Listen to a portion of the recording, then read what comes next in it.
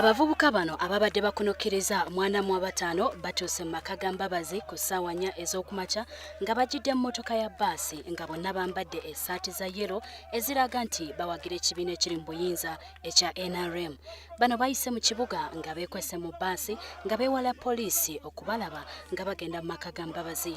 Olwo bwe batuuse ku maka ge Kololo ne babuuka mu mmotoka mu kucaccanca nga bagamba nti poliisi bagisinze ensomeka. Batuuse maka Mbabazi ne baanirizibwa mukyala Jackie Mbabazi abaddeko n'akaseko ku matama.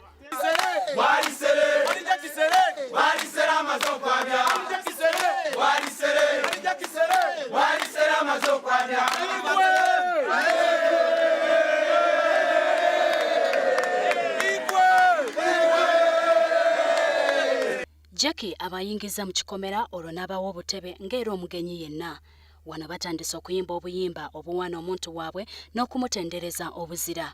Olwo nno ye Mbabazi bwazze bano bamukubidde emizira n'okumwambaza omujoozi gwa NRM oguliko n'erinnya lye.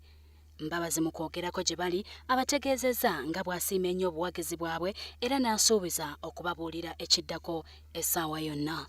Unanimously as NRM poor youth, and there are also other over 8,000 NRM poor youths who have registered, and they are saying they want to come and join us such that we present you as President of Uganda 2016-2021.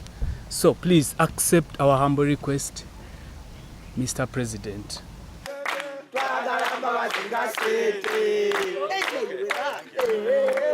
is effective to be organized, but I can see you organized. I would like to join you.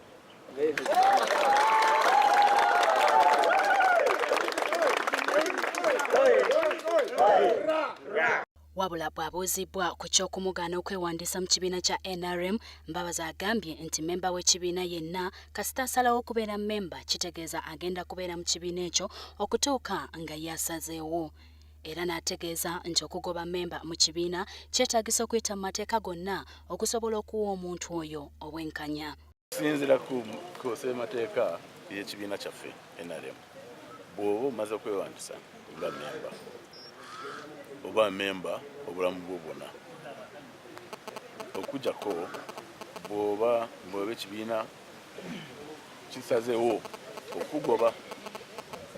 Ate okugoba tukyogera mu Lungereza, it must be after due process, due procedure. Kinajjukirwa nti Mbabazi yali wankizo nnyo mu kugoba ababaka abana abaali bawakanya ebyasalibwawo ekibiina kya NRM okuli Muhammad Nsereko, Barnabas Tenkasimire, Theodore Kikuubo ne Winifred Wagaba nga bano ne gye buli eno omusango gwabwe gukyali mu kkooti. Mu kiseera kino eyali omuyizi ayolekedde okufuuka akasolo naye agasimbagane n'omuyizi.